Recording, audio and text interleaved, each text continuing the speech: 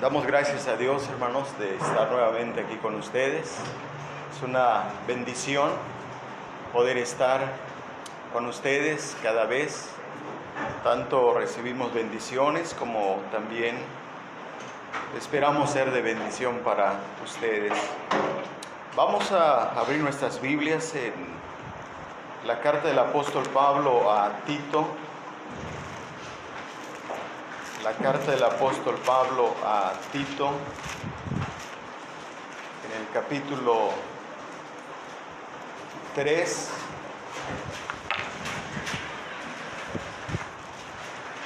del versículo 1 al versículo 7. Tito, capítulo 3, del versículo 1 al versículo 7. Le voy a dar lectura.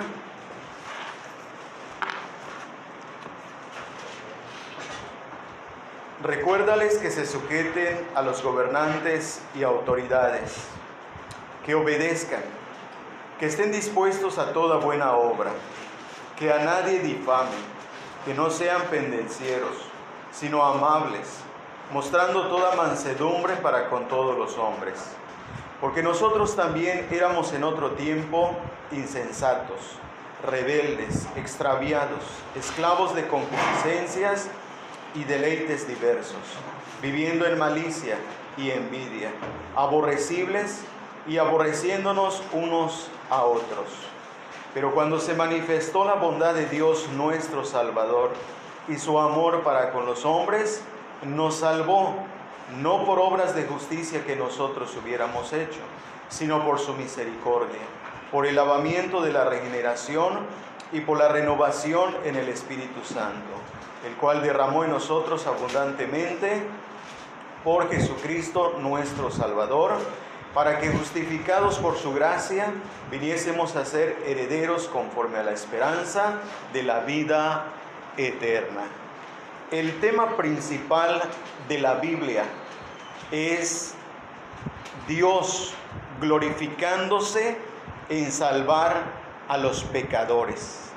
El punto principal que la Biblia, tanto el Antiguo Testamento como el Nuevo Testamento nos presentan, es Dios recibiendo la gloria en la salvación del pecador. Y esto que vamos a considerar en esta mañana, nos vamos a centrar en el tema de la salvación. Pero como lo estamos relacionando con el tema del nuevo nacimiento, podemos pensar de esta forma, que el nuevo nacimiento es una salvación espiritual. Siguiendo con el tema del nuevo nacimiento, vamos a relacionar este tema de la salvación. Por eso nuestro tema en esta mañana es el nuevo nacimiento, una salvación espiritual. Y creo que por eso estoy mencionando y estoy diciendo que el tema principal de la palabra de Dios es la salvación del pecador, por el cual Dios recibe la gloria. Dios es glorificado en la salvación del pecador. Cualquier tema que queramos tocar, queramos ver en la palabra de Dios, siempre se relaciona con la salvación. Si hablamos de la elección, de la doctrina de la elección, es para salvación. Si hablamos de la predestinación, es para salvación. Si hablamos del llamamiento eficaz, es para salvación. ¿Y qué diremos de la justificación? Sobre todo encontramos cómo este tema Pablo lo toca ampliamente en Romanos y vemos claramente que se trata de la salvación del pecador. Cualquier tema doctrinal, cualquier enseñanza siempre se relaciona con el tema de la salvación. Eso significa que la salvación es un término amplio. Debemos considerar bien esto, hermanos, para poder entender qué significa salvación en la Biblia. Y la palabra salvación es un término amplio que se usa para hablar del pasado, del presente y del futuro, de la vida del pecador, de esa obra que Dios hace. Esto quiere decir que Dios nos salvó, que Dios nos salva y que Dios nos salvará. Centrándonos aquí en el versículo 5 de Tito, capítulo 3, podemos ver que el apóstol Pablo dice así: nos salvó. En Tito 3:5, aquí precisamente donde hemos leído, el apóstol Pablo habla de la salvación como un evento pasado. Un evento pasado, dice así: nos salvó. Esto es un acto pasado.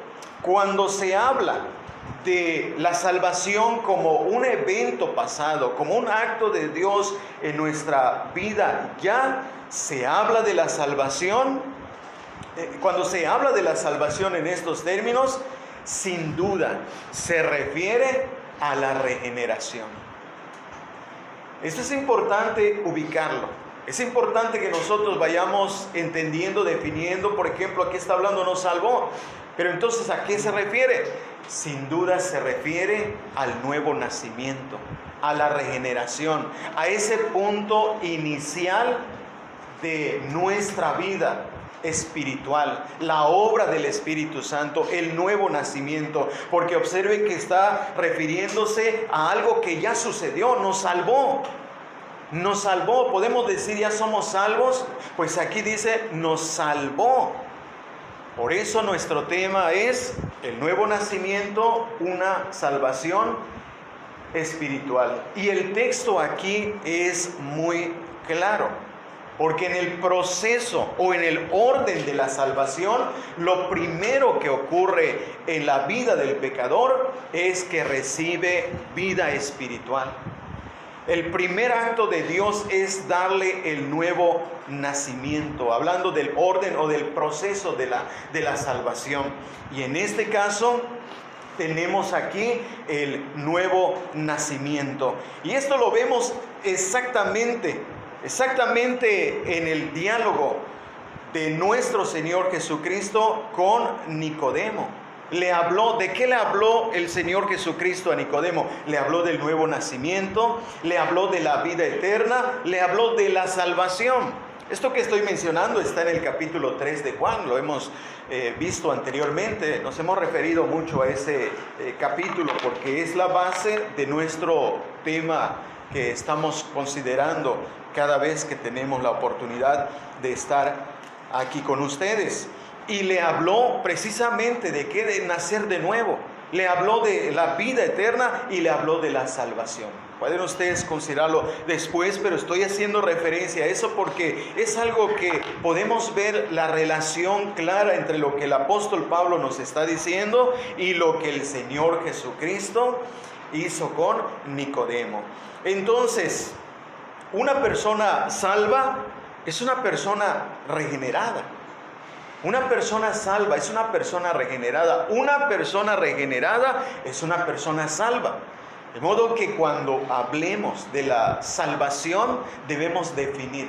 Por ejemplo, si decimos Dios ya me salvó, esto quiere decir que Dios ya nos regeneró, que ya tenemos vida espiritual, que ya tenemos un principio de vida espiritual que nos lleva a seguir siendo salvos. Nos salvó. Cuando decimos Dios me está salvando, nos estamos refiriendo a ese punto de la santificación, de ese proceso de la salvación por la cual nosotros, o en la cual nosotros seguimos nuestra vida cristiana. Esto es que me está salvando, ya me salvó, me está salvando y me salvará. Final y totalmente. Y cuando hablamos en ese sentido, estamos hablando de la salvación ya escatológica, de la salvación final, de la salvación completa y total, que viene a ser la glorificación. Por eso decía que es importante que notemos estos puntos, porque eso ya nos ubica. Cuando nosotros hablamos de salvación, nos estamos refiriendo ya claramente a la obra de regeneración, a la obra que Dios ha hecho en mi vida, en mi corazón. Dios ya me salvó. Como vamos a ver aquí más adelante, lo vamos a poder entender por la gracia de Dios, con la ayuda del Espíritu Santo. Vamos a entender claramente lo que estamos diciendo. Entonces vamos a ver que si el nuevo nacimiento es una salvación espiritual, cuando aquí Pablo dice nos salvó, porque el texto es muy claro, dice nos salvó. La palabra salvación presupone perdición. Y esto lo podemos ver en el contexto. Si ya nos salvó, quiere decir que estábamos perdidos. Y Pablo describe esto en el contexto. Por eso nuestro primer punto, vamos a entrar ya a nuestro tema, y nuestro primer punto es las características de una persona perdida o no regenerada. Las características de una persona perdida o no regenerada. Versículo 3.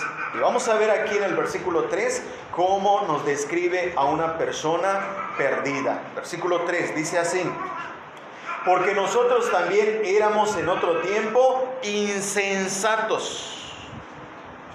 Este versículo 3 que ya leímos y ahora vamos a explicar, nos habla de ese tema que nosotros ya debemos conocer, el tema de la depravación total o la doctrina de la depravación total, que nos enseña que el hombre no regenerado está completamente afectado por el pecado.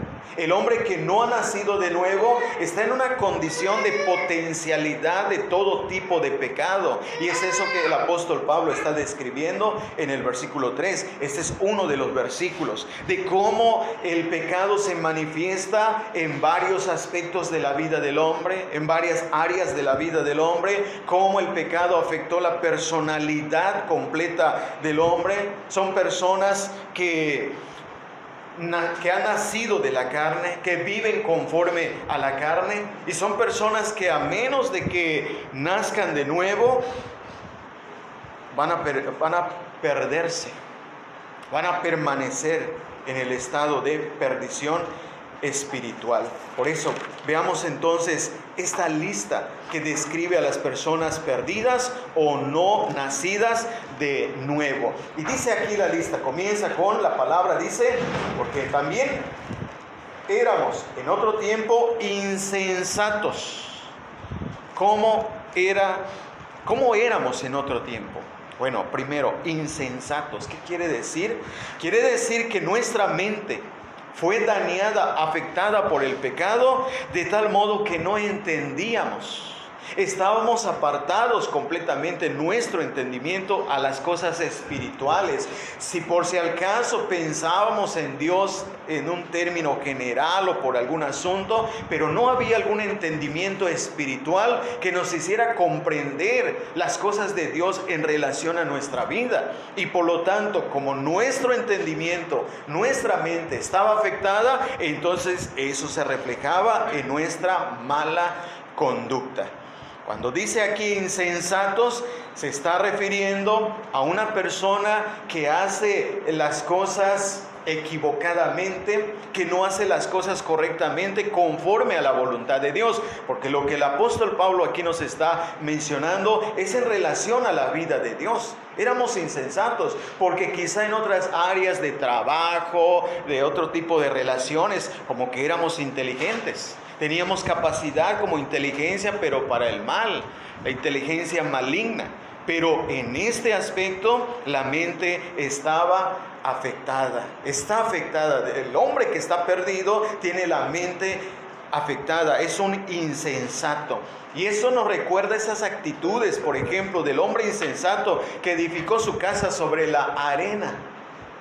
Cristo menciona esa historia, esa parábola de estos hombres, uno que edificó su casa sobre la arena y el otro sobre la roca. Pero el insensato, ¿dónde edificó su casa? Sobre la arena. ¿Cómo es que este hombre, pensamos, cómo es que se atrevió a edificar su casa sobre la arena? No hizo el cimiento, no lo hizo correctamente y pensó que no iba a pasar nada, no pensó en los riesgos, en los peligros. Es un hombre insensato. También podemos recordar al rico insensato en Lucas 12. El rico insensato que pensó que la vida consiste en tener abundancia, riquezas y disfrutar de la vida. No pensó en el momento de su partida, en el momento de la muerte, no pensó en Dios, no fue rico para con Dios, como lo dice la parábola, el rico insensato. Vean cómo en aspectos de labor, de trabajo, cosas materiales, era muy inteligente, era próspero, porque dice que sus graneros los tuvo que agrandar. Era inteligente en ese aspecto, pero en cuanto a la relación con Dios, era un hombre insensato. Era un hombre que no tenía entendimiento acerca de las cosas de Dios, y por eso se le describe como que era rico para sí y no para con Dios. Tenemos la otra palabra para no detenernos tanto, tampoco es el propósito detenernos tanto en cada palabra, pero vean aquí la otra palabra, dice rebeldes. Rebeldes, quiere decir que una persona perdida se destaca por su rebeldía. El pecado afectó también la voluntad del hombre, de tal modo que hay una tendencia a la rebeldía. Esta tendencia a la rebeldía se puede manifestar en los niños, lo podemos ver desde pequeños. Hay una tendencia a rebelarse, hay una tendencia a desobedecer cuando ellos en realidad deben obedecer, pero hay esa tendencia y esto se va manifestando. Con esta actitud de rebeldía o de desobediencia, quiere decir que el que está perdido se niega a obedecer. Hay una negación, hay una determinación de desobedecer las cosas de Dios, desobedecer la autoridad primeramente de Dios, aunque esto también se manifiesta en la rebeldía a las autoridades correspondientes, como en el caso de los padres, de los maestros y aún de las autoridades civiles. Hay una tendencia a la rebeldía, y esto es una de las maneras de cómo se manifiesta la condición perdida de una persona. Recordamos a Saúl rebelándose ante la palabra de Dios.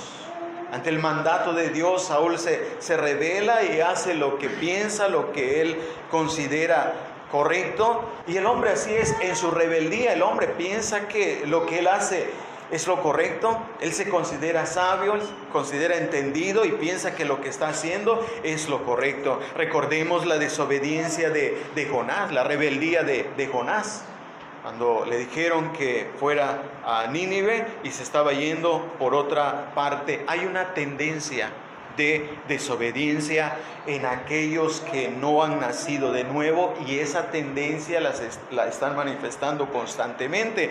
Hermanos, esto no quiere decir que en nosotros, aún como personas regeneradas, no haya esa tendencia, porque la carne todavía está en nosotros, pero hay una gran diferencia, porque el nuevo nacimiento lo que hace es evitar que estemos dominados y controlados por estas cosas que aún surgen de la carne, pero ya no nos dominan, ya no nos controlan. Esa es la diferencia. Por eso es una persona perdida, es su estilo de vida, es su forma de vida. La otra palabra dice así: extraviados. Extraviados. Es una conducta desviada, es una conducta que los conduce hacia lo ilícito, hacia lo que está prohibido, hacia lo que Dios no aprueba.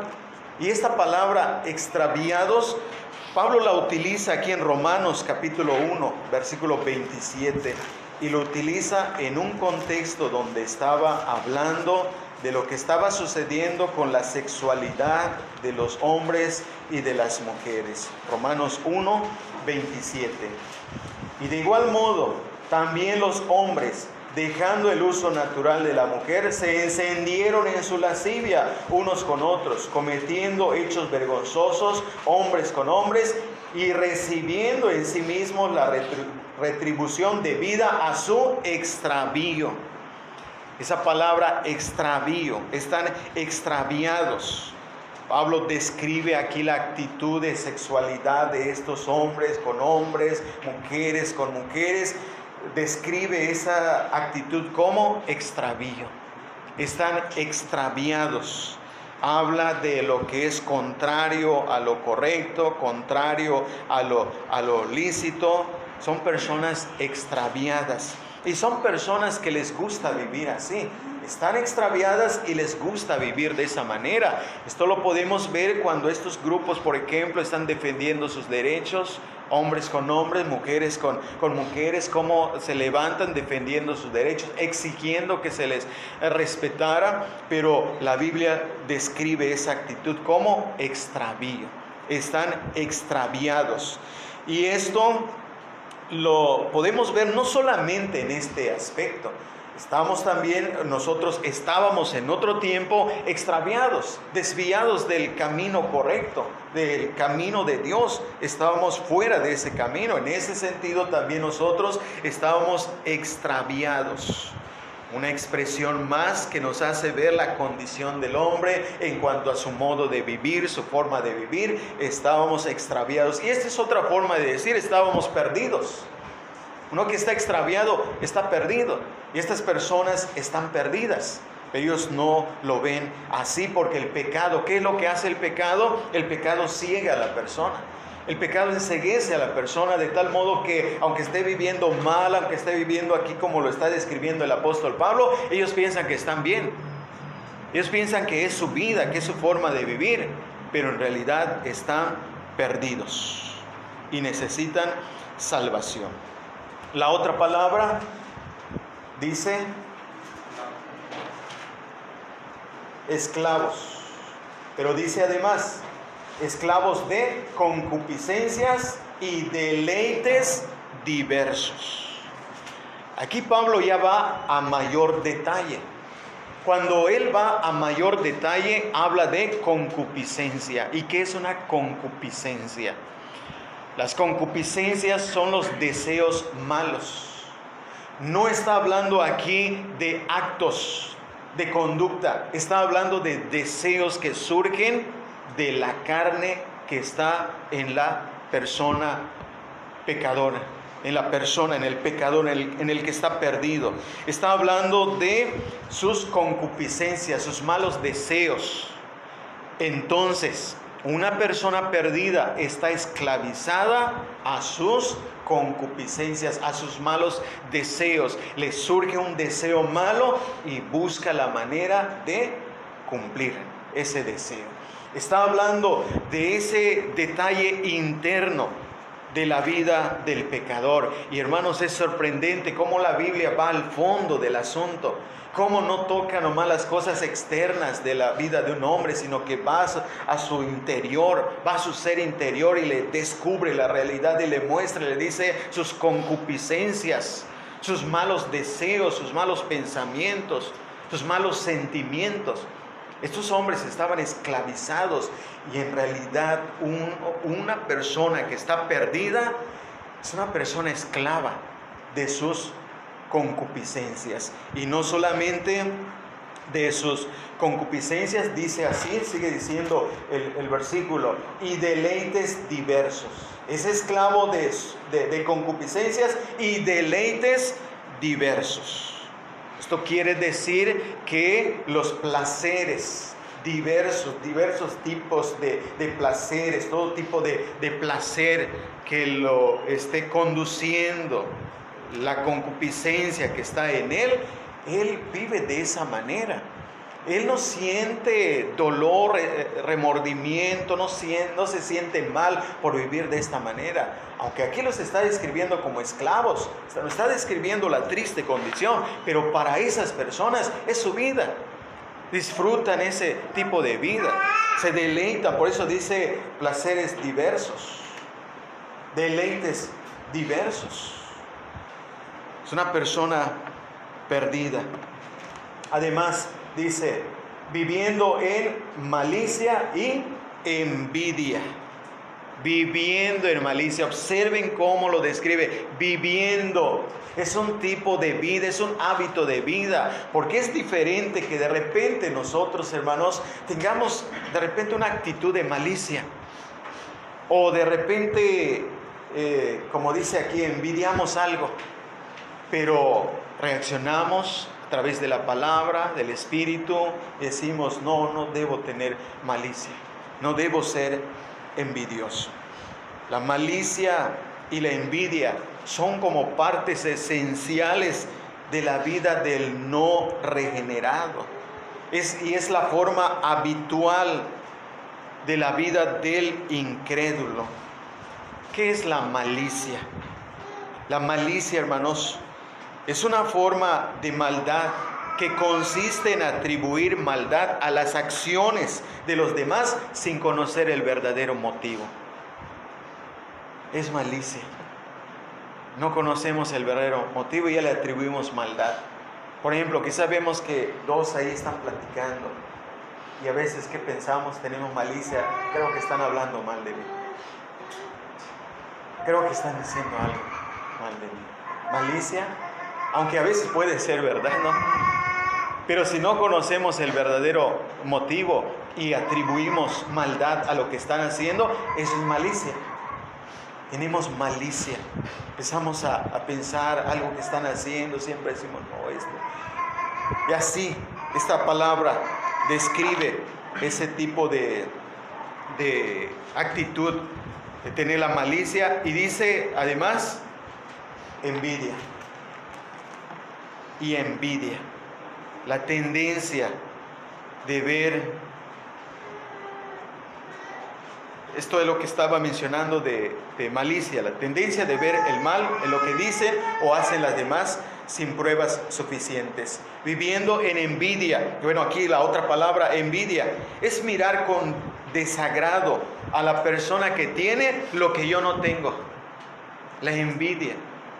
Miras con desagrado a aquella persona que tiene algo que tú no tienes. Ya podemos imaginarnos la envidia, hermanos. ¿Qué es envidia? Mirar con desagrado. Sí, lo ves, pero como que sientes algo aquí porque tiene lo que yo no tengo.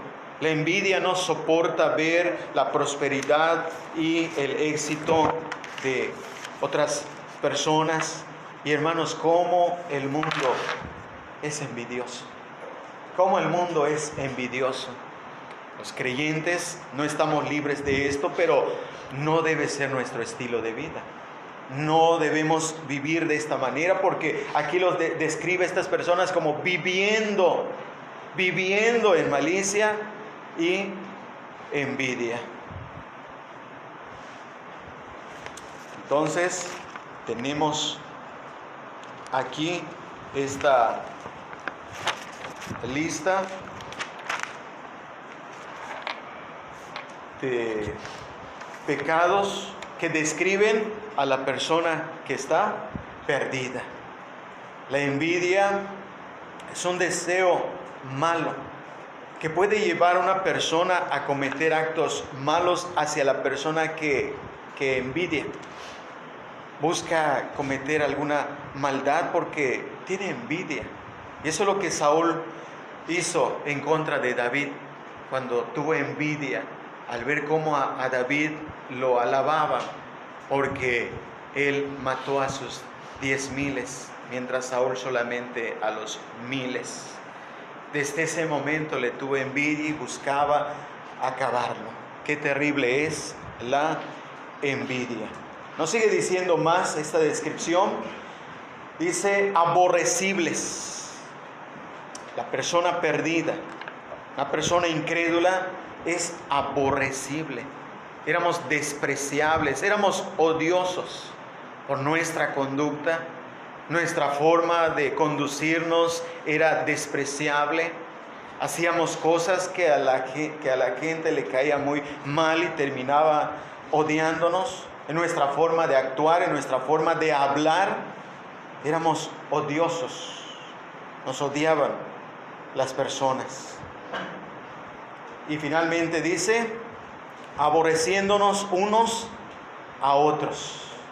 Y esto, hermanos, es una característica muy notable de una persona que está perdida.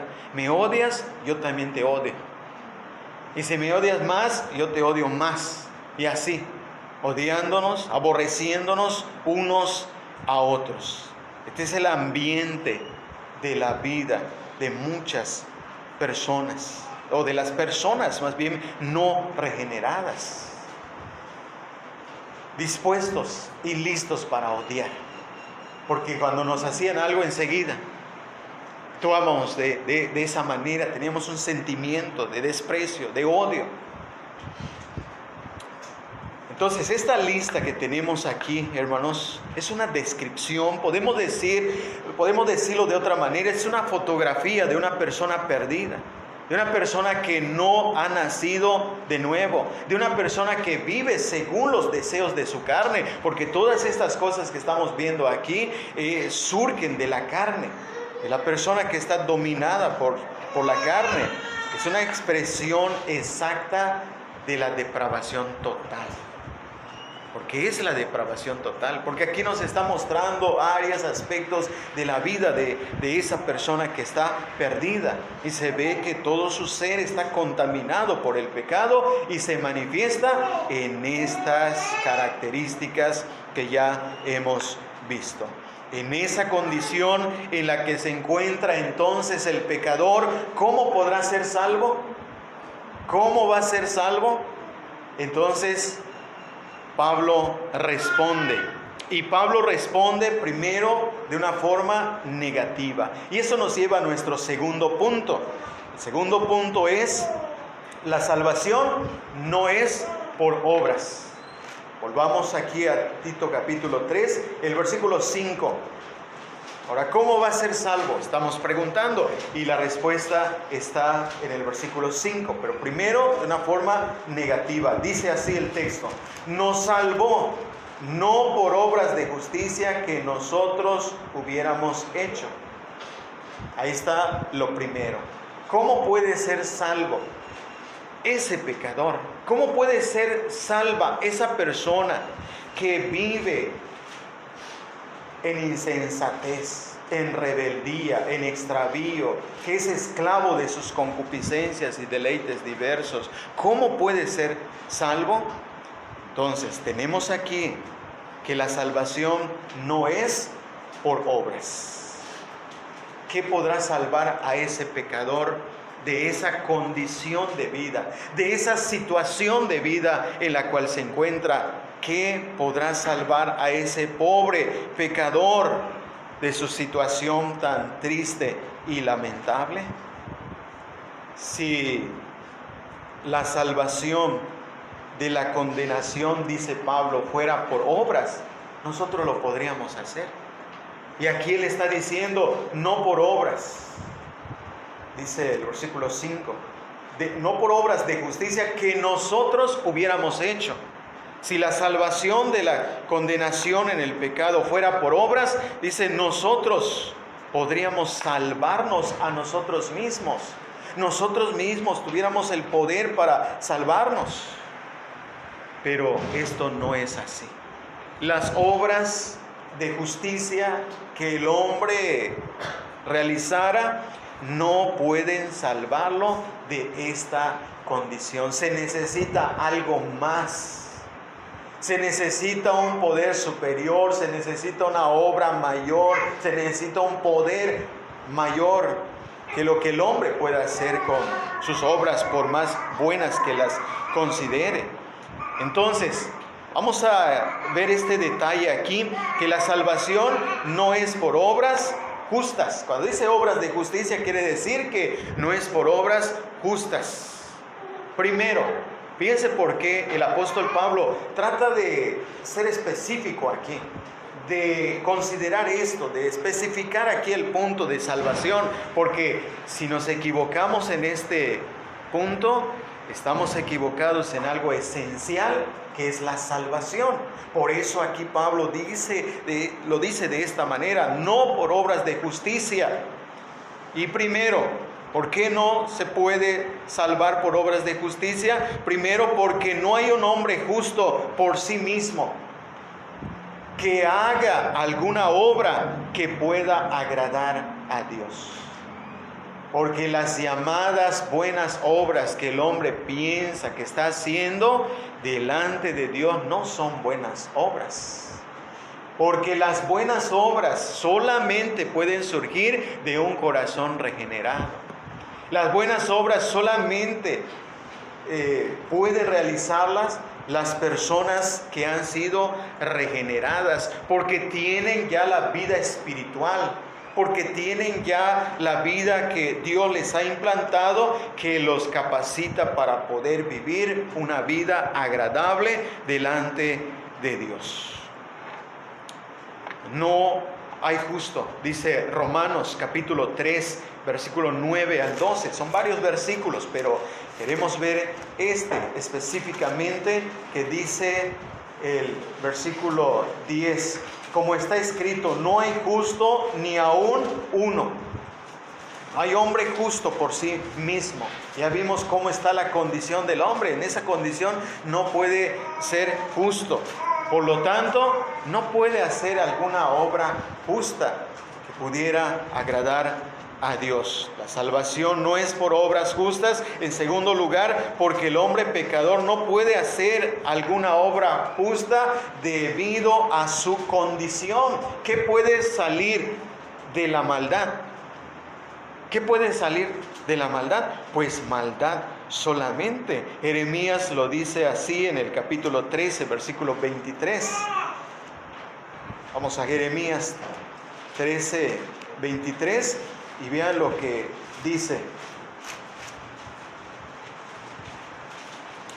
¿Mudará el etíope su piel y el leopardo sus manchas? Así también podréis vosotros hacer el bien estando habituados a hacer el mal. El hábito, la vida habitual de una persona es el mal. Así se contempla al pecador delante de Dios. Lo contempla como que está habituado al mal. Su tendencia es hacia el mal. Su inclinación es hacia el mal. Entonces Jeremías, sabiendo esto, pregunta: ¿podréis vosotros hacer bien estando habituados a hacer mal? Esta es una pregunta retórica. Es una pregunta donde ahí mismo está la respuesta. Y lo que les está diciendo en otras palabras es: no pueden hacer el bien porque están habituados a hacer el mal. No pueden hacer el bien porque están habituados a hacer el mal. No pueden hacer algo bueno, algo justo, alguna obra que les recomendara a Dios para recibir el favor de Dios. No pueden hacerlo. Al hombre se le contempla como malo, al hombre se le contempla como corrompido y no puede hacer alguna buena obra porque no hay justo y por lo tanto no puede haber obras justas. Debido a su corrupción espiritual, el Salmo 53 lo describe también de esta manera. El Salmo 53, versículos 2 y 3. Dios desde los cielos miró sobre los hijos de los hombres para ver si había algún entendido que buscara a Dios. Cada uno se había vuelto atrás, todos se habían corrompido. No hay quien haga lo bueno, no hay ni aún uno. Todos se habían corrompido. No hay quien haga lo bueno, no hay ni aún uno. ¿Cómo contempla Dios desde los cielos? Dios contempla a los hombres en una condición de maldad. Dios contempla a los hombres en una condición de maldad, en una vida de maldad, en actos de maldad. Y fíjense que en esa condición perdida no los ve haciendo algún bien. No puede hacer algún bien, no por obras de justicia. ¿Cómo puede ser salvo? ¿Cómo lo puede salvar Dios? No por obras de justicia, porque no puede hacer alguna obra que le recomendara a Dios. Y esto que vemos aquí en el Salmo 53, el versículo 2, donde dice que Dios desde los cielos miró sobre los hijos de los hombres y los contempló corrompidos totalmente y los contempló haciendo el mal. Esto parte desde Génesis capítulo 6, el versículo 5, donde vean algo semejante a lo que dice el versículo 2 del Salmo 53.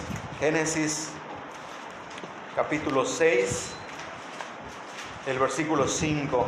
Y vio Jehová que la maldad de los hombres era mucha en la tierra, y que todo designio de los pensamientos del corazón de ellos era de continuo solamente el mal. Dios contempló al hombre y los contempló corrompidos. Los contempló solamente cometiendo maldades. Vio Jehová que la maldad de los hombres era mucha en la tierra. ¿Y de dónde surgía esa maldad? Dice al final del versículo 5,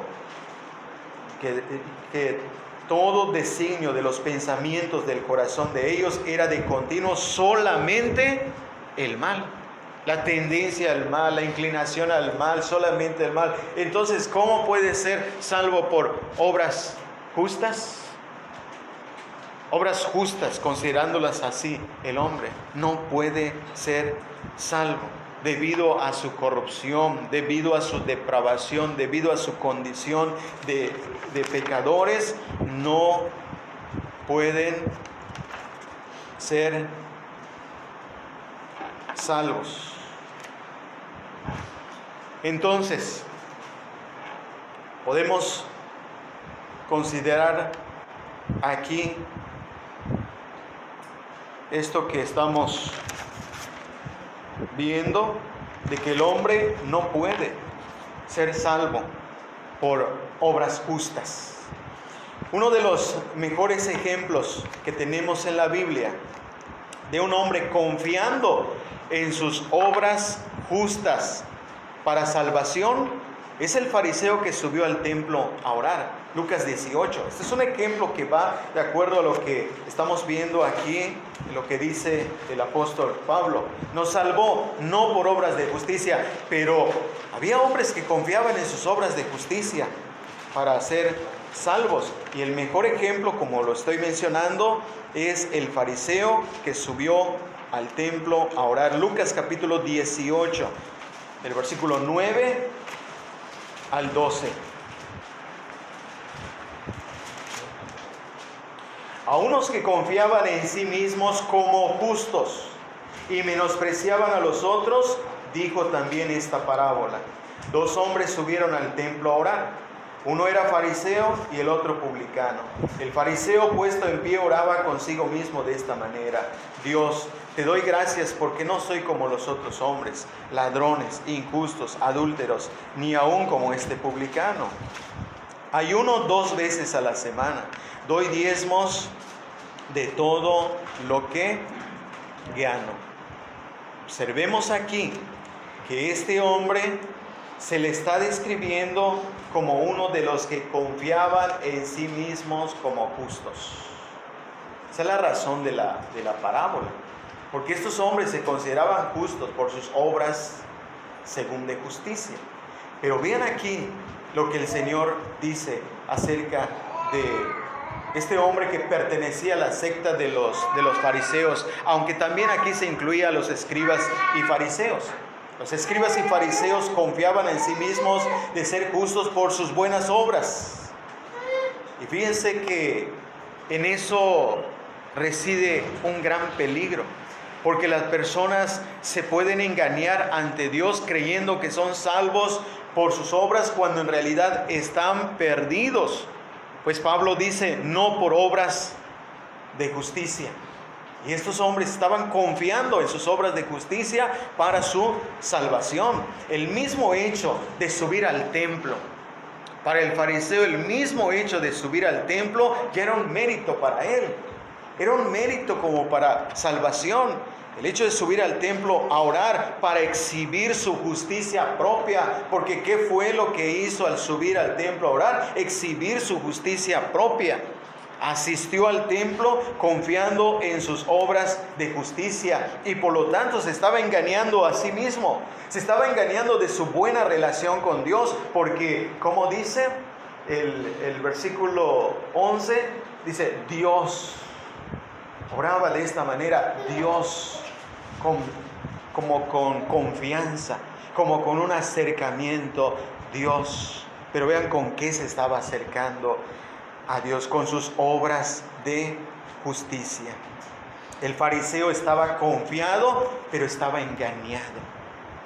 Y así muchas personas que están confiados, pero podrían estar engañados. Confiados en que yo estoy haciendo esto, yo me porto bien, cierta moralidad, yo hago esto, hago lo otro, pensando que con eso tienen una buena relación con Dios, que Dios aprueba su estilo de vida, cuando vemos que esto no es así, porque estaba confiando, como decimos, en su buena relación con Dios, de tal modo que decía: Dios, te doy gracias. El fariseo estaba engañado en su justicia propia y comparativa. Esto se llama justicia comparativa, porque como dice, no soy como los otros hombres. No soy como los otros hombres. Él se estaba comparando con los otros hombres y no se estaba comparando con la ley moral de Dios. Y ese es el problema, cuando el hombre se engaña, cuando empieza a comparar su vida con las otras personas, pero no con la ley moral de Dios que nos ha revelado para nuestra conducta. Y esto estaba ocurriendo en la vida de esta persona. Estaba comparando y decía: yo no soy como los otros hombres. Y aquí da la lista entonces de cosas que hacía. Dice así el versículo 11: porque yo no soy como los otros hombres, dice, ladrones, injustos, adúlteros, ni aun como este publicano. Una vida supuestamente de moralidad externa y además de prácticas religiosas, porque dice el versículo 12: ayuno 2 veces a la semana, doy diezmos de todo lo que gano. Todas estas obras hacían que este hombre confiara en su buena relación con Dios, pero ya dijimos, estaba engañado. Y sabemos que estaba engañado por lo que dice al final, el versículo 14, que el que descendió justificado a su casa fue el publicano. El fariseo no descendió a su casa justificado, subió confiando en su justicia propia, engañado, y así descendió a su casa. Salió del templo otra vez en la misma condición en la cual entró delante de Dios, solamente que él estaba confiado que era justo delante de Dios. A unos que confiaban en sí mismos como justos. Él se consideraba justo delante de Dios y aún delante de los hombres. Entonces, basados en esas obras de justicia, se consideraban justos, justificados, salvos delante de Dios. Pero, hermanos, el Señor Jesucristo les describe su verdadera condición a los escribas y fariseos. Por eso esto va de acuerdo cuando Pablo dice: no por obras de justicia. Están derrumbando todas esas obras en las cuales los hombres confían, así como el Señor Jesucristo de igual modo derrumbó toda la justicia propia de los escribas y fariseos, porque de estas cosas que mencionó este fariseo, el Señor fue específico en estos casos. Por ejemplo, en lo que dice: yo no soy como estos hombres, hablaban de su moralidad, pero externa, porque internamente vean cómo los describe el Señor. Mateo 23, versículo 27 y 28. Vayamos viendo cómo va derrumbando cada justicia propia, por decirlo así, de los escribas y fariseos.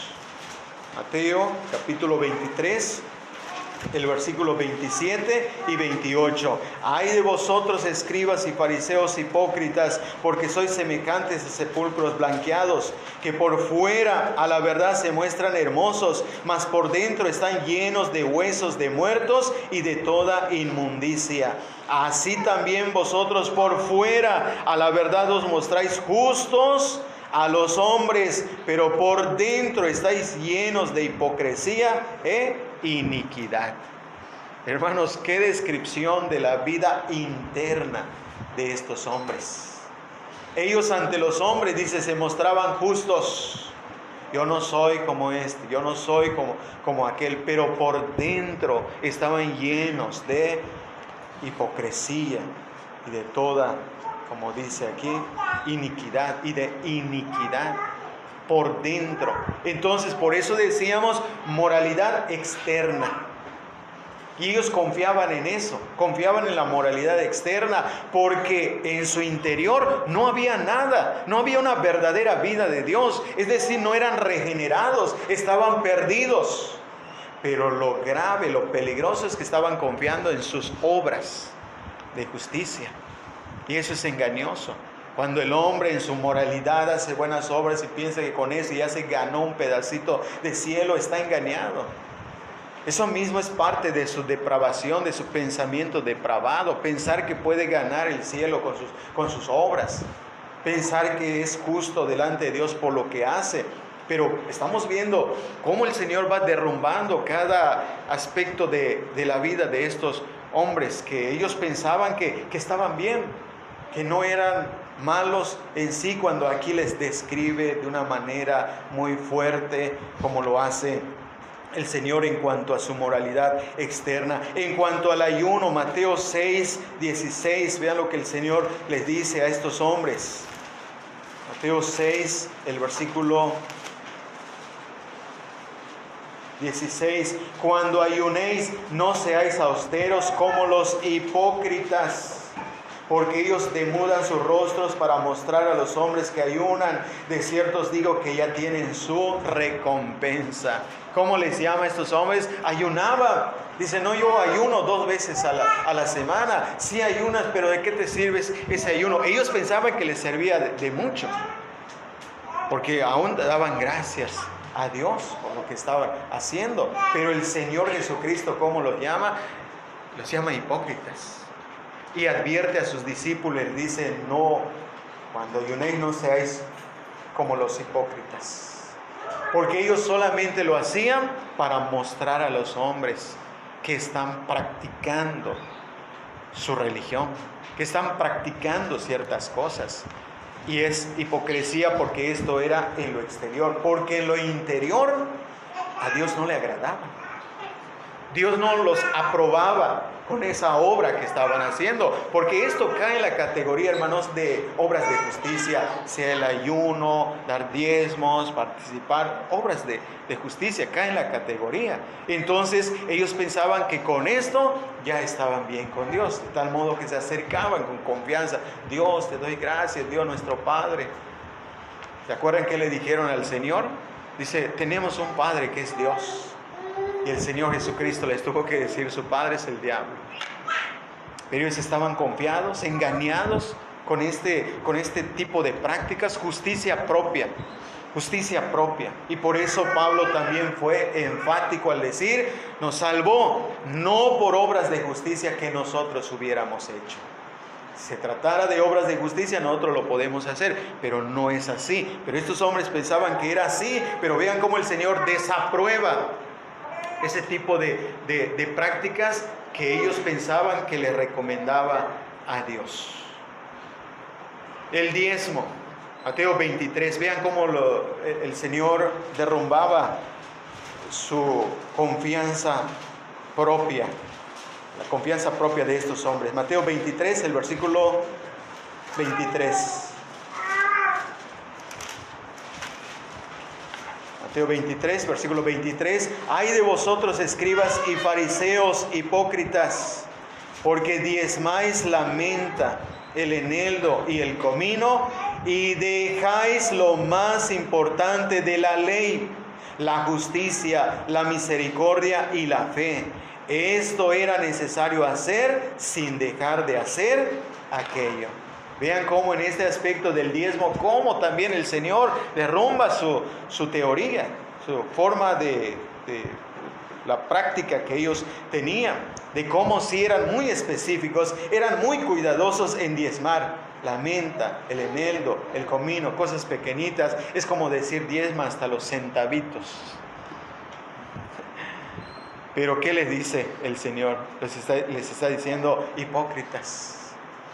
Porque sí, al parecer como que trataban de cumplir con estas cosas, pero dice, dejáis lo más importante de la ley.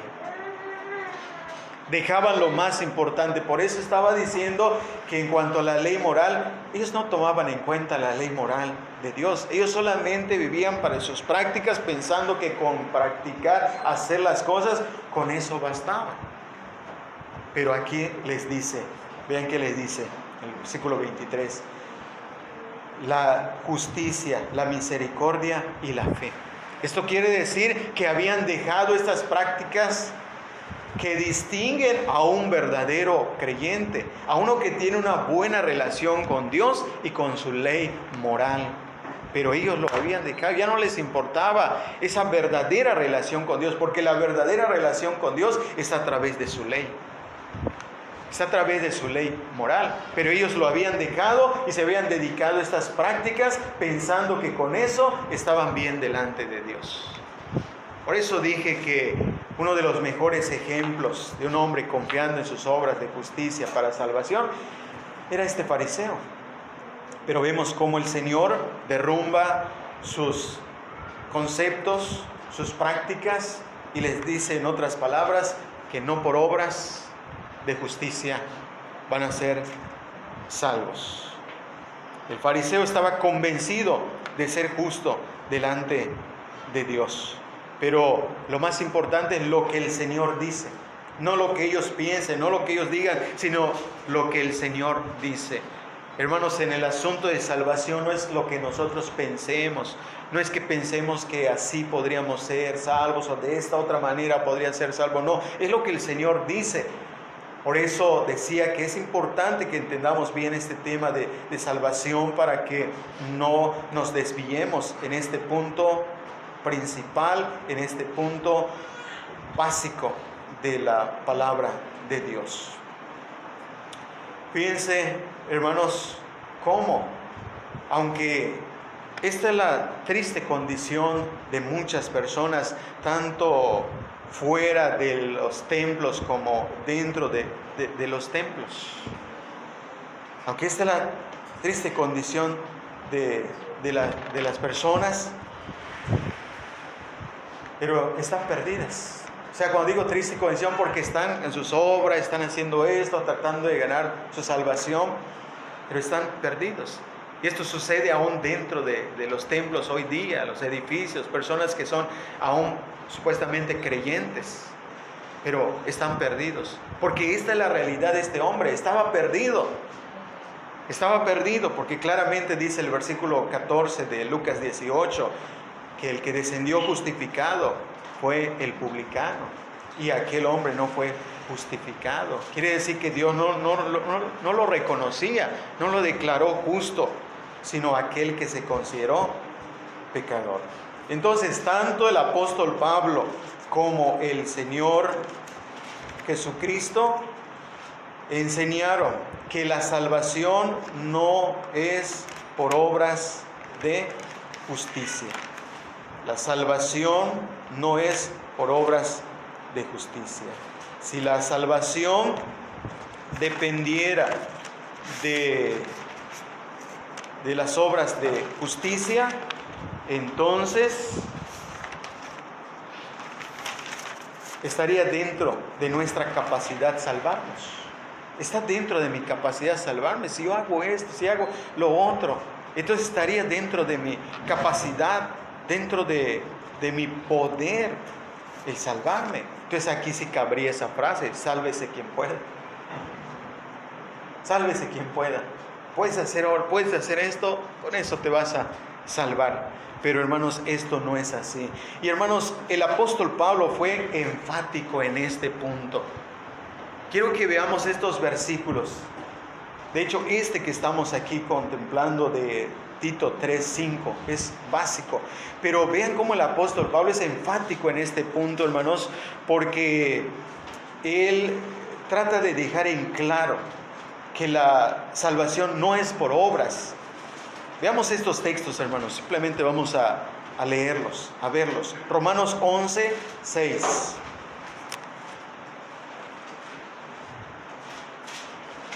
Romanos 11:6.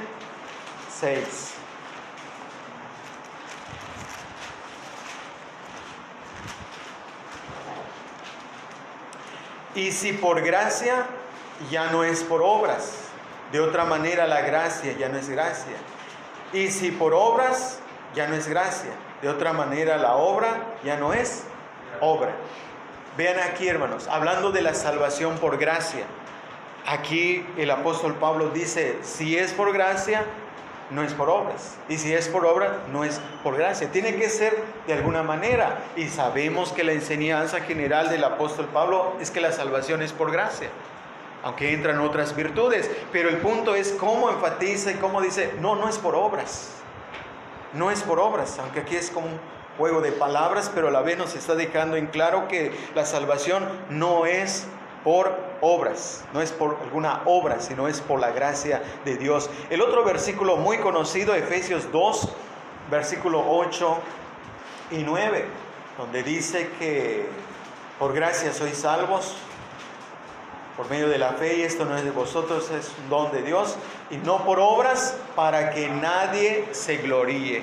Versículo 9, no por obra, no salvos, somos salvos por gracia, no por obras. Vean cómo Él es específico, aclara, no por obras, para que nadie se gloríe. Segunda Timoteo 1:9 también dice el texto, segunda Timoteo capítulo 1 versículo 9, quien nos salvó y llamó con llamamiento santo, no conforme a nuestras obras, sino según el propósito suyo y la gracia que nos fue dada en Cristo Jesús antes de los tiempos de los siglos. Entonces podemos observar cómo el apóstol Pablo es enfático en cuanto se trata de la salvación. Es por gracia, nos salvó, nos llamó, no conforme a nuestras obras. ¿Cómo está dejando en claro para que los creyentes que escucharan, que leyeran las cartas, pudieran comprender y entender que no por sus obras van a ser salvos? Y cuando habla aquí de este punto, sobre todo, hermanos, quiero que ustedes observen aquí el texto que acabamos de leer de 2 Timoteo 1:9, porque observen cómo dice, nos salvó y nos llamó. Entonces, cuando hablamos de la salvación, o cuando hablamos del nuevo nacimiento como la salvación espiritual, hermanos, aquí entra el punto, porque observen cómo dice, nos salvó y nos llamó. O sea que cuando nos salva en este punto es que nos regenera, y de esa manera ocurre el llamamiento eficaz. Nos salva como implantando vida, poniéndonos una nueva vida. Entonces de esa manera nos salva y ahí ocurre el llamamiento. En el llamamiento ocurre la regeneración, que viene a ser la salvación. Por eso nuestro tema es el nuevo nacimiento, una salvación espiritual. Y este texto nos lo está enseñando. Este texto que estamos viendo, donde el apóstol Pablo está, como dije, aclarando de que la salvación no es por obras. Nuestra salvación, nuestro llamamiento no es por obras. Esto quiere decir entonces que el hombre pecador no contribuye con alguna obra para su salvación. No contribuye en algo para su salvación, porque no tiene la capacidad espiritual para hacer una contribución para su salvación en el punto de regeneración. Porque ¿cómo lo encuentra? Lo encuentra muerto en sus delitos y pecados. Lo encuentra en una condición de total incapacidad espiritual de hacer algo que agradara a Dios. Por lo tanto, es en ese sentido que estamos diciendo que no puede hacer nada para su salvación. Necesita nacer de nuevo para así entonces poder hacer buenas obras que glorifiquen a Dios. Y esto siempre lo tratamos de aclarar para que tampoco nos confundamos, hermanos, pensando entonces yo no voy a hacer obras, no debo hacer obras. No, ese ya es el otro punto, hermanos, cuando ya vemos que, hablando del tiempo presente, somos salvos. ¿Cómo damos evidencia de que somos salvos? Ya nos salvó, somos salvos. ¿Cómo? Es ahí donde entran las buenas obras. Pero aún esas buenas obras no son meritorias. No es para ganar nuestra salvación. Son obras de agradecimiento, como lo explica el apóstol Pablo. Entonces, hermanos, podemos ver que la salvación no es por obras. La salvación... Ahora vamos a nuestro tercer punto. La salvación es una obra del Espíritu Santo. Volvemos al texto, Tito capítulo 3, el versículo 5, que es el versículo básico aquí en cuanto a nuestro tema. El versículo 5, nos salvó no por obras de justicia que nosotros hubiéramos hecho, sino por su misericordia, por el lavamiento de la regeneración y por la renovación en el Espíritu Santo. Nuestro tercer punto nos va a enseñar que la salvación es una obra del Espíritu Santo. El nuevo nacimiento es una obra del Espíritu Santo. Cristo, dialogando con Nicodemo, atribuyó el nuevo nacimiento al Espíritu Santo. Hay una armonía aquí con lo que Pablo dice y el Señor le dice a Nicodemo. Capítulo 3 de Juan, versículos 5 al 8, podemos ver cómo habla de nacer del Espíritu. Así es todo el que es nacido del Espíritu. Entonces le atribuyen al Espíritu Santo el nuevo nacimiento. Porque en el nuevo nacimiento el Espíritu Santo es el que implanta vida espiritual en el alma del pecador.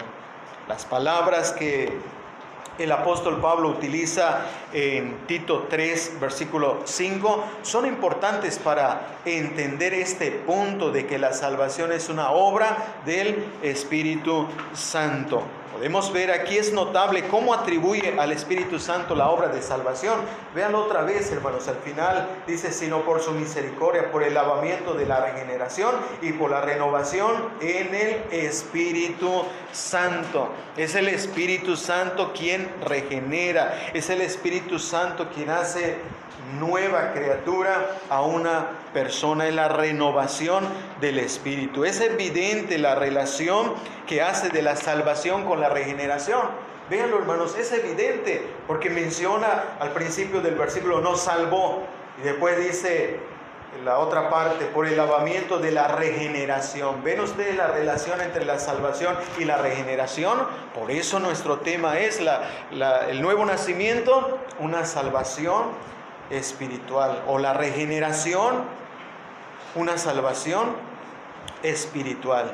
Es evidente esa relación que el apóstol Pablo hace entre la salvación y la regeneración o el nuevo nacimiento.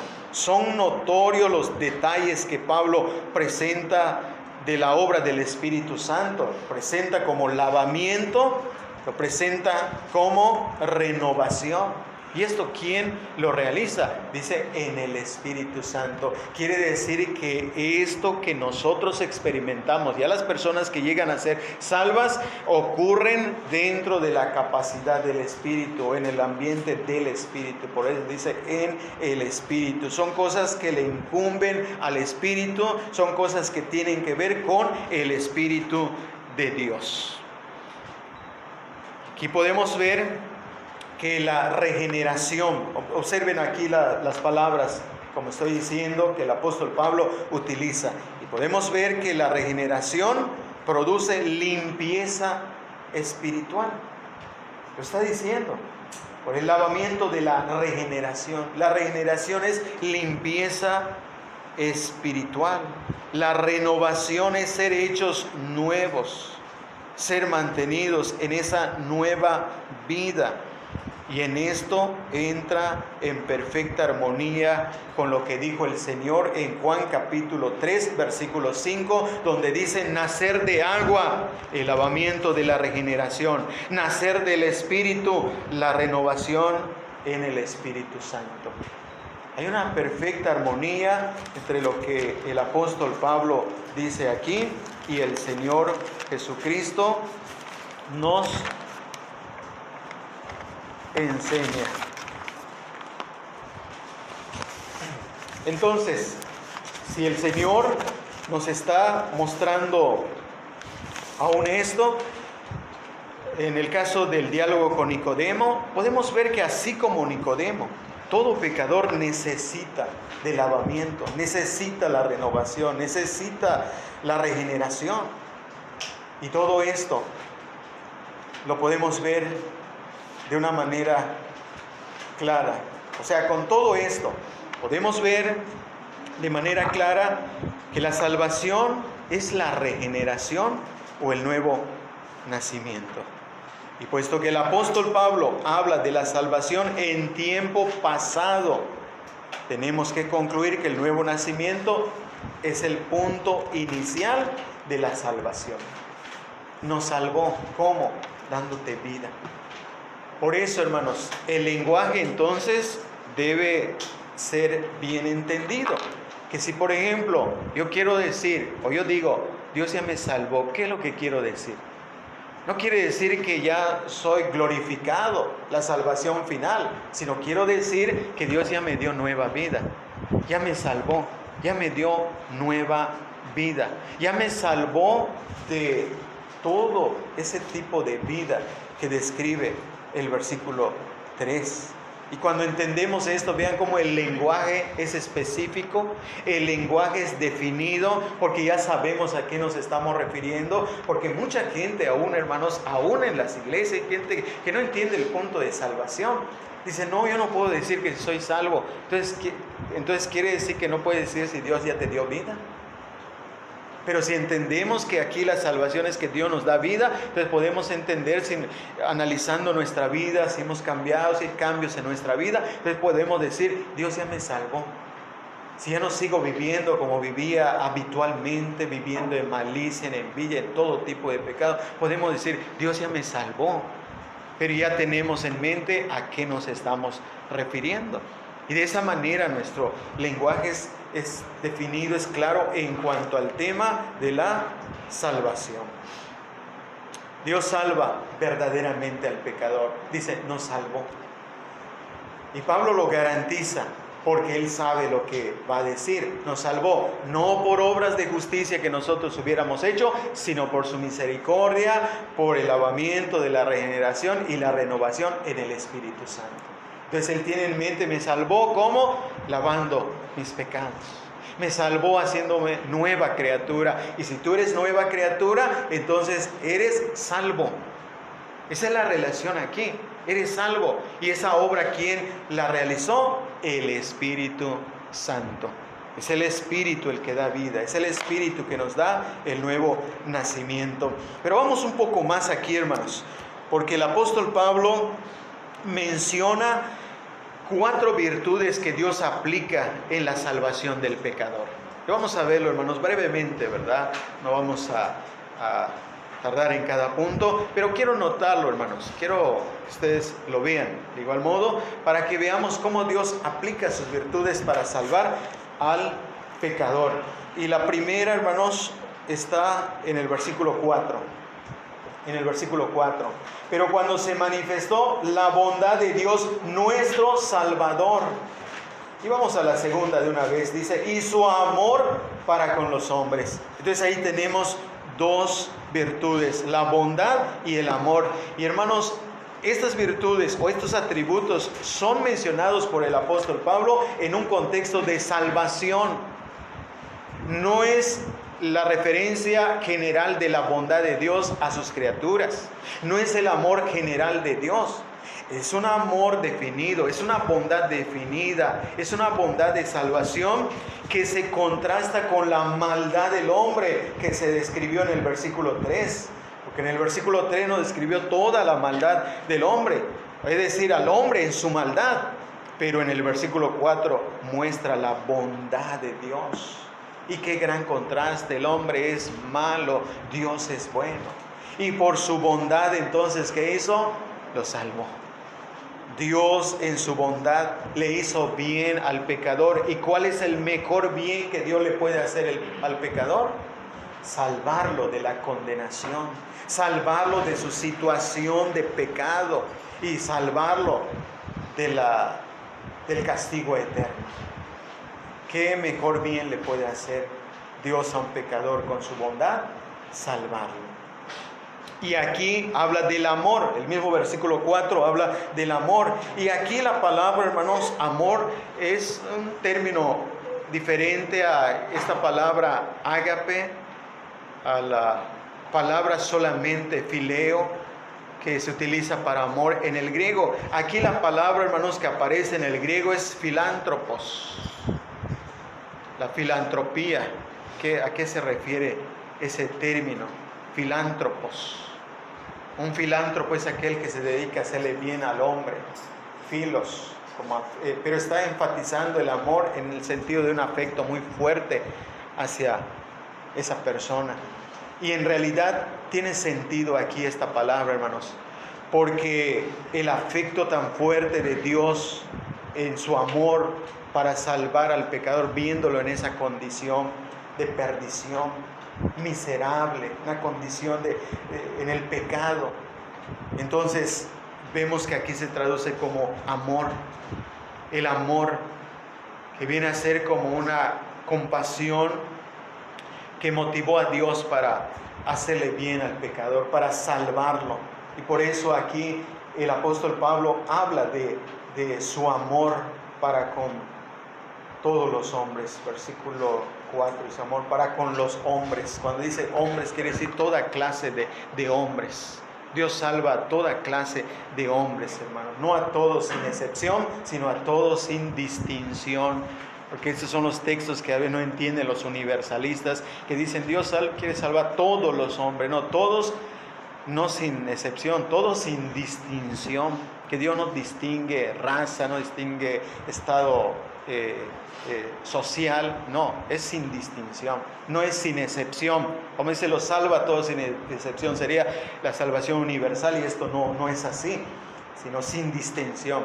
No importa su rango social, no importa su profesión, no importa su raza, Dios muestra amor al pecador para salvarlo. Versículo 5. Y ya en el versículo 5 tenemos nuestro texto básico donde dice, nos salvó no por obras de justicia que nosotros hubiéramos hecho, sino por su misericordia. Entonces tenemos bondad, amor, misericordia. Ya tenemos aquí estas características: bondad, amor, misericordia. La misericordia, precisamente lo que decíamos, contempla al hombre en un estado miserable. Esto nos recuerda la condición del hijo pródigo cuando el padre lo contempló. Cuando lo contempló y movido a misericordia, corrió, se lanzó a su cuello, lo abrazó, lo besó, movido a misericordia, lo vio de lejos y movido a misericordia. Cuando lo vio, ¿cómo vio la condición de este llamado hijo pródigo? Acuérdense cómo, gastó todo, no tenía nada. Después trabajó ahí un tiempo, ahí cuidando cerdos. Y mírense cómo queda uno, hermanos. Entonces es la condición miserable que nos está describiendo del pecador, movido a misericordia. Nos salvó no por obras de justicia, sino por su misericordia. Por su misericordia, hermanos. Y esto Pablo también lo resalta, hermanos, porque él habla de que fue recibido a misericordia. Ahí en 1 Timoteo capítulo 1, versículo 13 al 16, simplemente lo menciono, hermanos, para ganar un poco de tiempo. Cómo menciona que fue recibido a misericordia. Es una virtud de Dios para salvar. Dios aplica estas virtudes para salvar. Y vamos, hermanos, a la cuarta virtud, gracia. Volvemos a Tito capítulo 3, el versículo 7. Para que justificados por su gracia. Y ahí está otra de las virtudes de Dios para salvar, la gracia. Es la virtud de Dios que salva al pecador que merece el infierno. La gracia nos da lo que no merecemos por ser pecadores. No merecíamos ser salvos, no merecíamos que Dios nos amara, no merecíamos la bondad de Dios, pero Dios, por su gracia, nos salvó. Merecíamos el castigo por nuestros pecados, pero ahí está la gracia, la maravillosa gracia, que por gracia somos declarados justos, justificados por su gracia. Entonces vean cómo aquí viene el contraste entre no por obras de justicia. No por obras de justicia vamos a ser declarados justos delante de Dios, sino es por su gracia, sin merecerlo, sin obra alguna. Y Pablo lo dice de una forma más específica en Romanos capítulo 3, versículo 23 y 24 sobre todo, donde dice justificados gratuitamente por su gracia. justificados gratuitamente por su gracia. Y ahí el énfasis es porque estaba hablando de que no es por obra la justificación, y llega al punto de decir gratuitamente, gratis por su gracia. Y la gracia de Dios son las virtudes. Entonces son estas 4 virtudes, hermanos, que estaba mencionando, que Dios aplica para salvar al pecador. Ahora vamos a nuestro punto final, hermanos. Los resultados de la salvación o del nuevo nacimiento. Este es nuestro cuarto punto y es el punto final. Y teníamos que llegar a esto, hermanos, porque tenemos que ver los resultados de la salvación o del nuevo nacimiento. Entonces vamos aquí a ver algunas 4 cosas, o 5, más bien, hermanos. Vamos a ver el número aquí de resultados. Primero, el primer resultado de la salvación es que ya no seguimos viviendo conforme a la carne. Ese es el primer resultado de la salvación. Porque toda la lista que Pablo nos da en el versículo 3, hermanos, todas esas cosas surgen de la carne. Son podemos decir, las obras de la carne. Y es en esa condición en la que nace el hombre, lo que nace de la carne, lo que nace de la carne, carne es. He nacido de la carne, carne es. Y todas esas obras de la carne se manifiestan en la vida del pecador. Pero ¿qué sucede cuando viene la obra de regeneración? ¿Qué sucede cuando Dios te implanta nueva vida?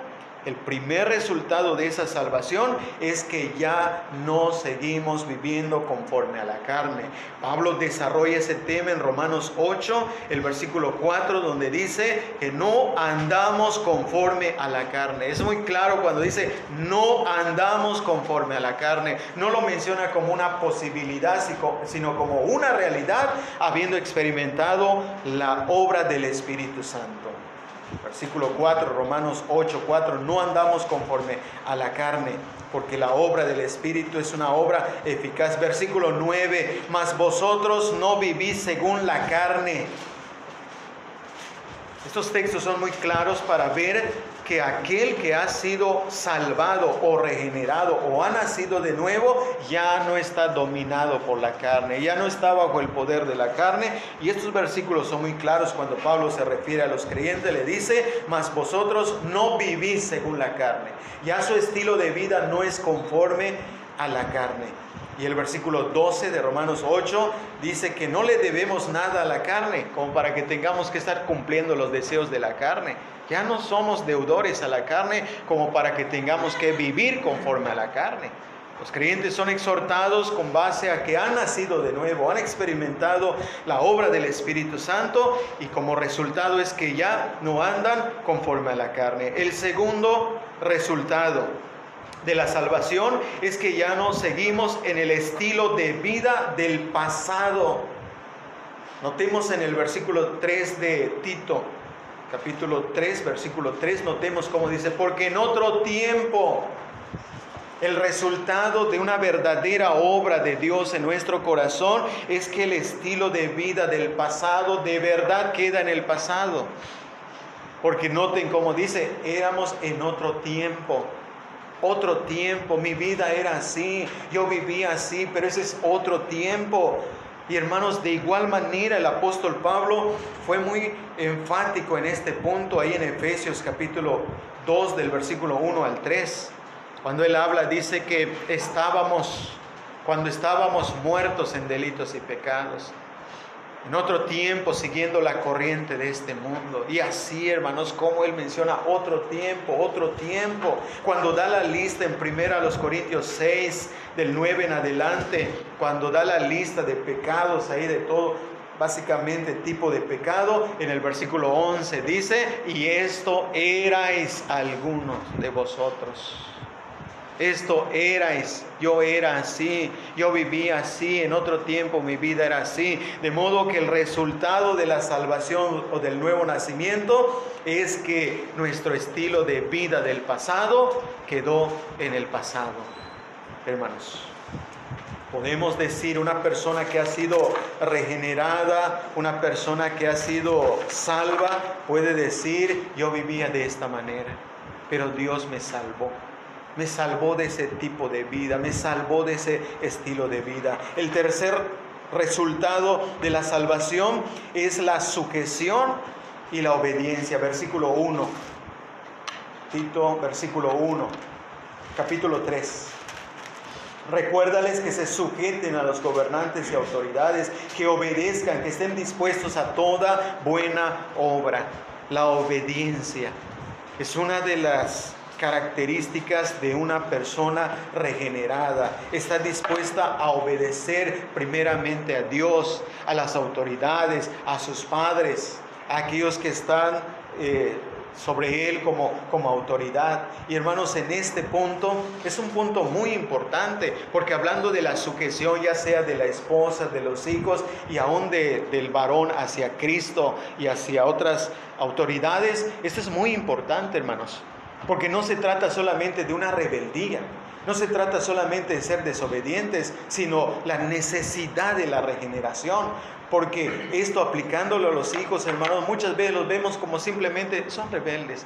Como es que son así, y claro que son así debido a su condición, pero hermanos, lo debemos ver como una gran necesidad de que esa rebeldía de los hijos, por esa rebeldía necesitan nacer de nuevo.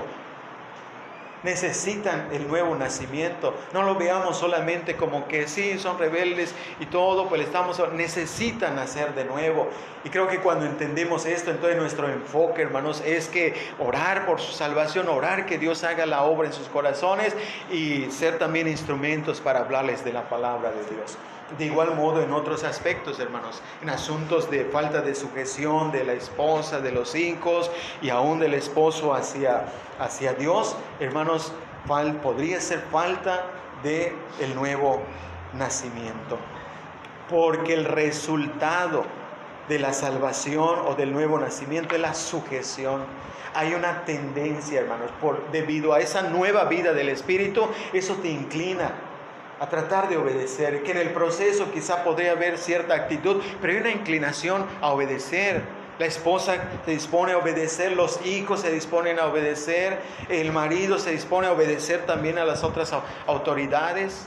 Es una característica que Pablo está resaltando y le dice, recuérdales que se sujeten, porque si han nacido de nuevo, deben dar evidencia, deben dar el resultado, mostrar el resultado de esa obra de Dios en sus corazones. El cuarto resultado de la salvación o del nuevo nacimiento es que nos dispone a toda buena obra. Vean el mismo versículo 3 al final, el capítulo 3, versículo 1 al final, que estén dispuestos a toda buena obra. Porque antes, en otro tiempo, hermanos, estábamos dispuestos a toda mala obra. Estábamos dispuestos a toda mala obra, pero notamos aquí, hermanos, que cuando viene esa obra, esa regeneración, debemos estar dispuestos a toda buena obra. Hermano, nuestro corazón ya como que Dios lo dispone ya para el bien. Antes, ¿cómo estaba el corazón, hermanos? Solamente de continuo al mal deseo, al mal sentimiento, a lo malo. Pero cuando viene la regeneración, hermanos, vean qué dice.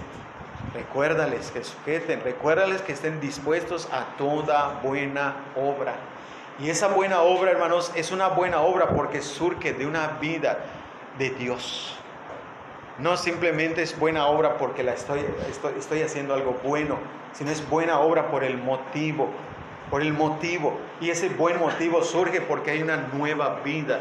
Ya no estamos en esa condición de depravación total porque hay un nuevo nacimiento que nos dispone a toda buena obra. El resultado de la salvación, hermanos, o del nuevo nacimiento es que hacemos buenas obras. ¿Observan entonces la diferencia, hermanos?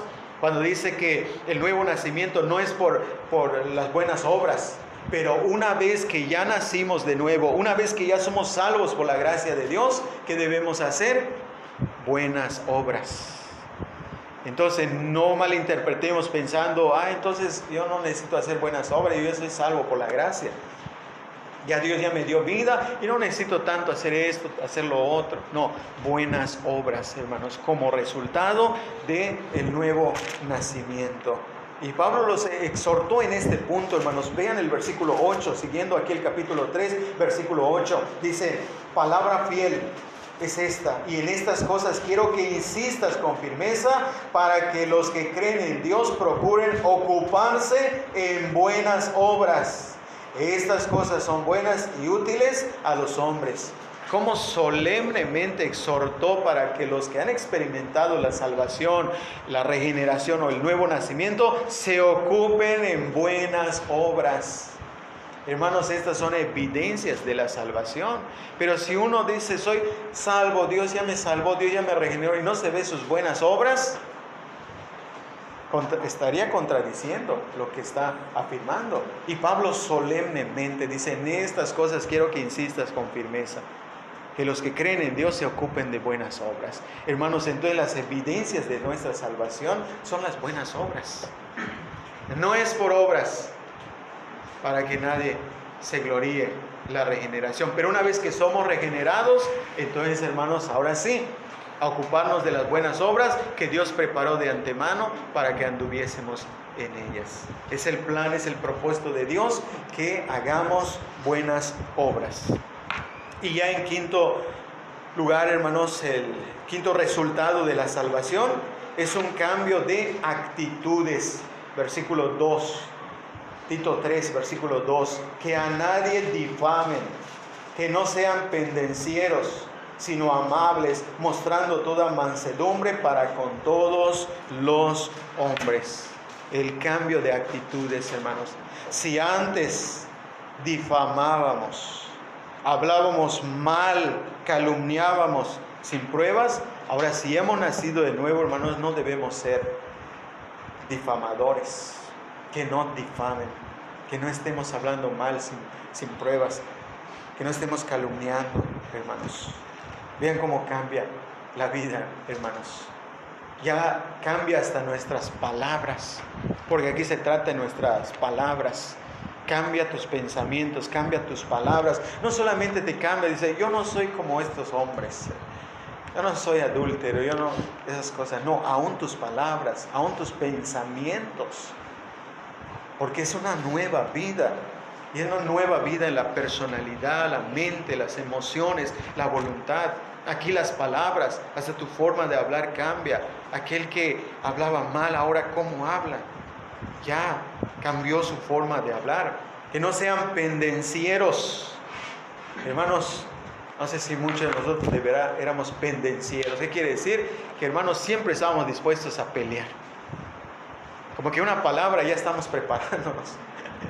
Ya estábamos preparándonos, ¿verdad? Me dicen algo, como que enseguida, yo tengo en mente, hermano, una persona que conocí, que apenas estaba dispuesto, enseguida se quitaba la camisa. Enseguida le decían algo y que como que enseguida ya. Entonces eso me viene en la mente, hermano, como que es pendenciero, dispuesto a pelear. Y por cualquier cosa, hermanos, nomás le decían algo y como que enseguida. Y eso lo tengo aquí en la mente, hermanos, una imagen muy viva, ¿verdad? Que me da risa cuando recuerdo la actitud, como siempre estaba dispuesto a pelear. Hermanos, hace mucho nosotros éramos así, pendencieros. Bueno, así, parece que así eran los de Creta, hermanos, donde estaba Tito. Y le dice, que no sean así, hermanos, cómo cambia la vida, de verdad. El nuevo nacimiento, la salvación cambia nuestras actitudes, porque ahora dice, sino amables en actitudes, en palabras. Hermanos, esa es la tendencia. Cuando Dios nos regenera, nos pone una nueva vida que tiende a la amabilidad. Pero, como decíamos, hermanos, muchas veces debido a la carne, de repente quizás amaneció y como que te das cuenta, no eres amable. Entonces reaccionas y dices, Señor, perdóname, ayúdame a ser amable, ayúdame a vivir. Esta es la vida entonces de santificación, hermanos. Esto es que ya somos salvos, ya hemos sido salvados, pero seguimos siendo salvos, porque la carne todavía sigue estando en nosotros, ya no nos domina, pero quiere volver a controlarnos a través de sus concupiscencias. amables, como dice aquí, hermanos, y dice, mostrando toda mansedumbre. Hermanos, qué actitudes de verdad que solamente por la gracia y el poder del Espíritu Santo puede ser esto, hermanos. Porque qué difícil es encontrar una persona mansa, mansedumbre. Y esto, hermanos, el Señor dijo en Mateo 11:29, aprended de mí, el Señor Jesucristo, aprended de mí que soy manso y humilde de corazón. Solamente con una relación con Cristo, solamente por la obra del Espíritu Santo, hermanos, estamos como dispuestos a ser mansos. Y la mansedumbre, hermanos, tiene que ver con lo que nos hacen o lo que nos dicen, no tratando de buscar venganza.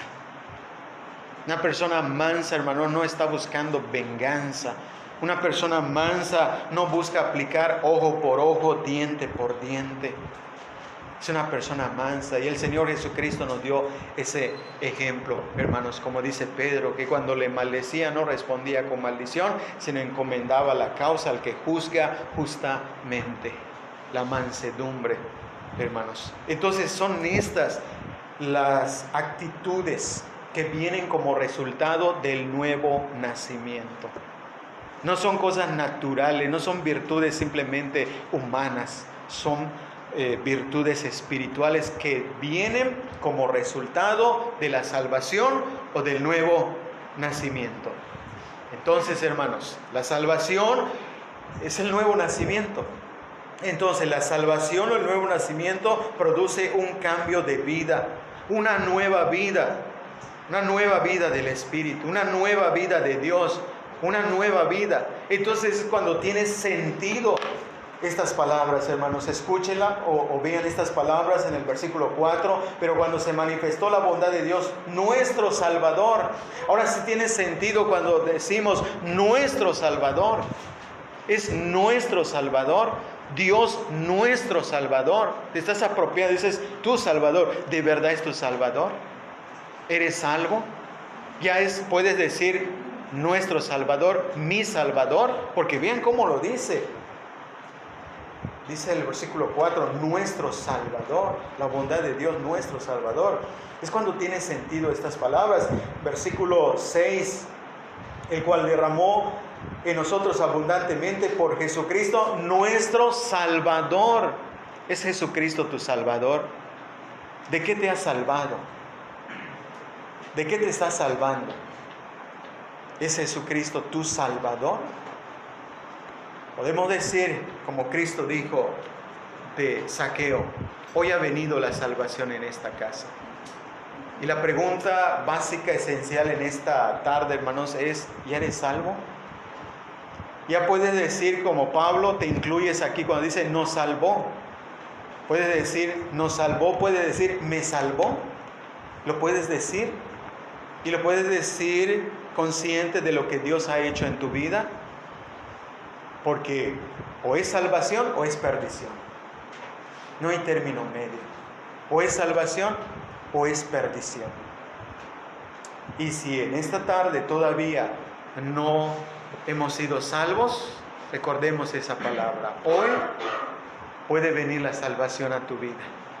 Hoy puedes ser salvo. Hoy Dios podría ser realmente tu Salvador.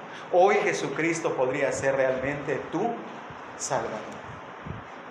Entonces Él nos llama, venid a mí. El Salvador nos llama. El Salvador llamó a Zaqueo y le dijo, es necesario que hoy pose en tu casa. Hoy te puede llamar el Señor y decir, es necesario que yo pose en tu vida. Es necesario que yo more en ti. Esa es la salvación. Ese es el nuevo nacimiento. Que Dios ilumine nuestros corazones.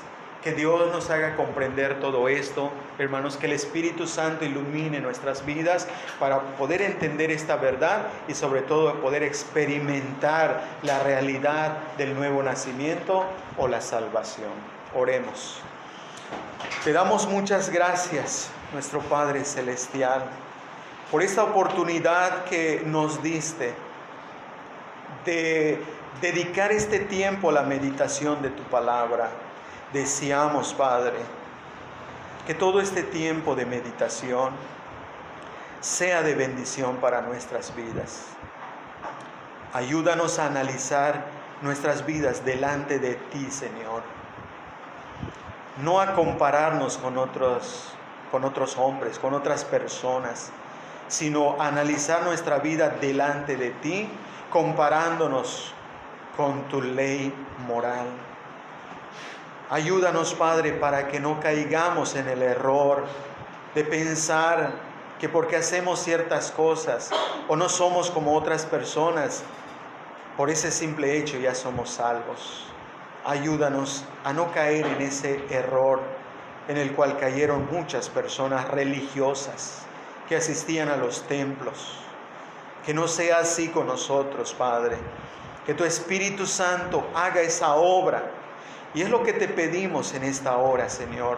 Que tu Espíritu Santo haga la obra en algún padre que está aquí, en alguna madre, en alguna persona, en los hijos que están aquí presentes, Señor, y de quienes tú conoces sus corazones. Sabes, Señor, en qué condición están los corazones aquí presentes, tanto de los más pequeños como de los mayores.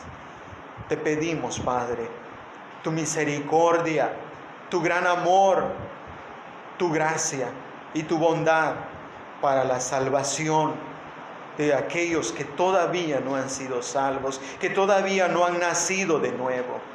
Te rogamos y te suplicamos que tú hagas la obra, Señor, para que de esa manera se refleje el cambio real y verdadero en nuestras vidas.